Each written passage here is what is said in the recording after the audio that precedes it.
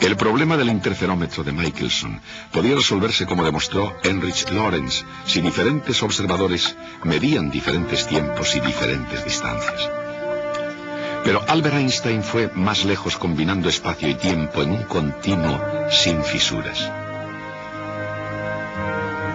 Y la teoría especial de la relatividad de Einstein de 1905 fue solo el primer paso, no el último.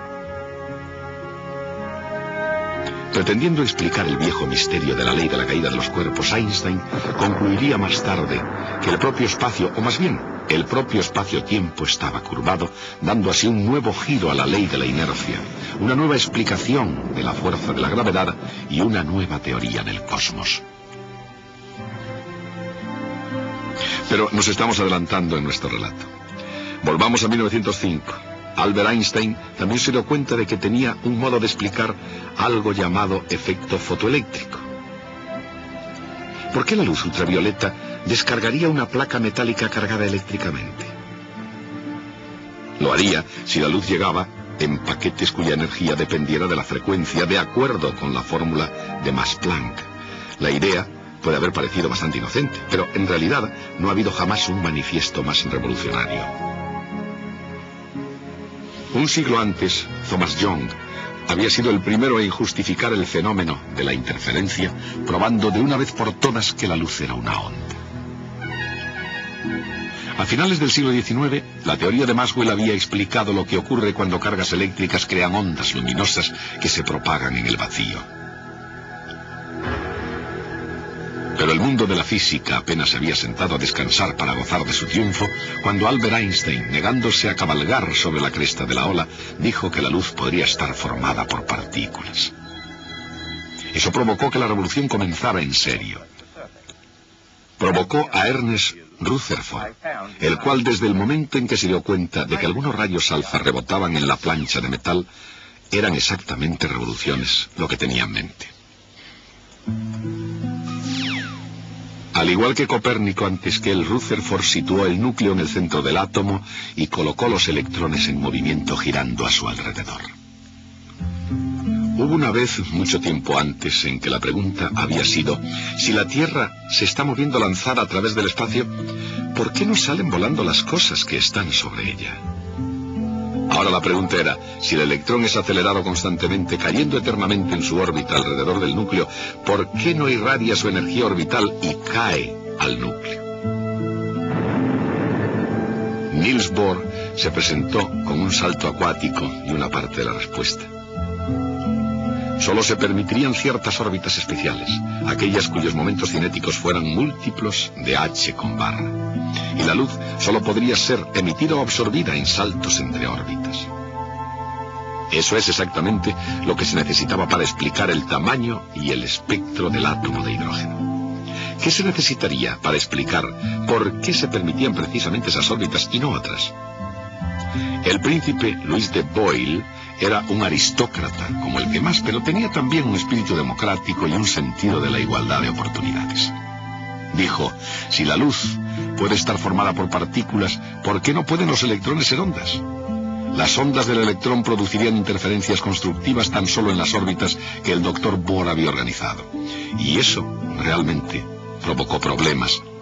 Mientras que el mundo de la física parecía ir de triunfo en triunfo, su propia estructura se estaba desenmarañando, o para expresarlo de otro modo, la dualidad partícula-onda parecía una metáfora defectuosamente mezclada.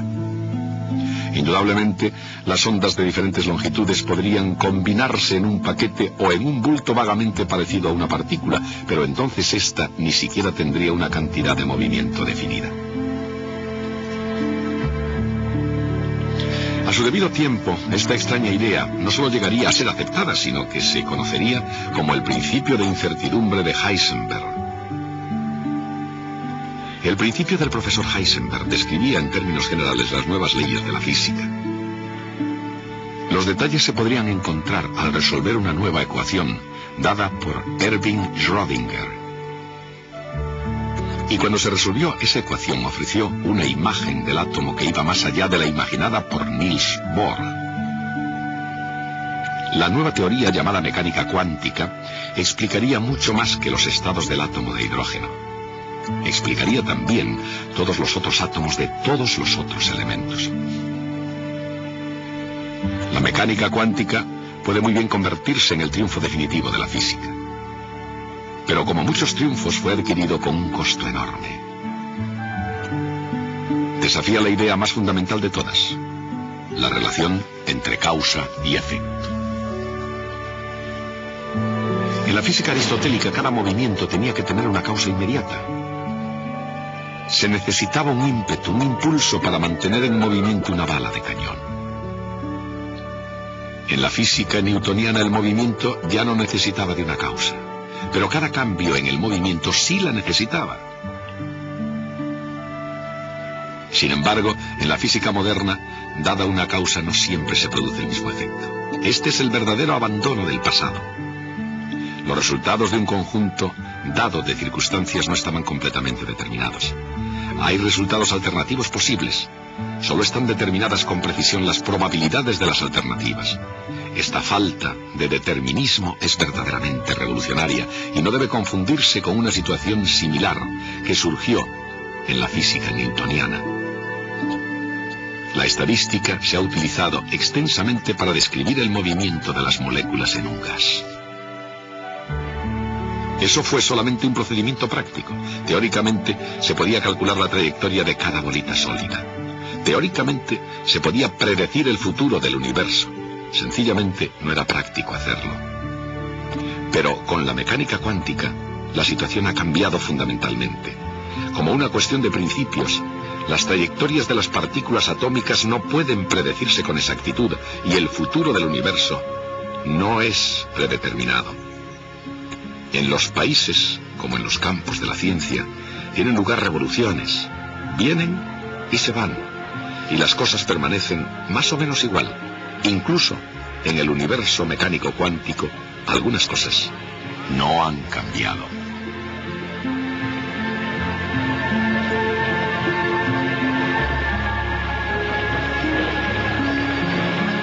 La energía se conserva, como siempre lo hizo. Y así la cantidad de movimiento. Y también el momento cinético.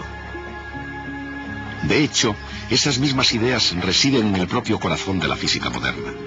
Por ejemplo, en la teoría de la relatividad se conserva la cantidad de movimiento, aun cuando eso signifique que la masa debe aumentar con la velocidad.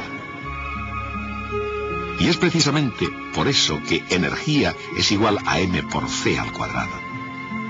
Incluso Niels Bohr, a pesar de su audacia, no desafió la idea de que la energía se conserva siempre. Y la idea de energía sigue siendo fundamental incluso para las partículas fundamentales. Con respecto al momento cinético, la idea no solo guió a Niels Bohr, sino que surgió como un concepto central de la nueva física en que cada electrón, por no mencionar las otras partículas elementales, es un tipo de giróscopo mecánico cuántico. Y sin embargo, es difícil imaginar cambios más profundos que los originados por esas dos grandes revoluciones separadas solamente unos pocos cientos de años. Primero, las esferas de cristal de los antiguos se transformaron en una máquina racional perfectamente ordenada, el universo mecánico. Y luego, en un asombroso cambio de rumbo de los acontecimientos. El tiempo y el espacio, la materia y el movimiento, los émbolos y engranajes propios de la gran máquina se hicieron irreconocibles.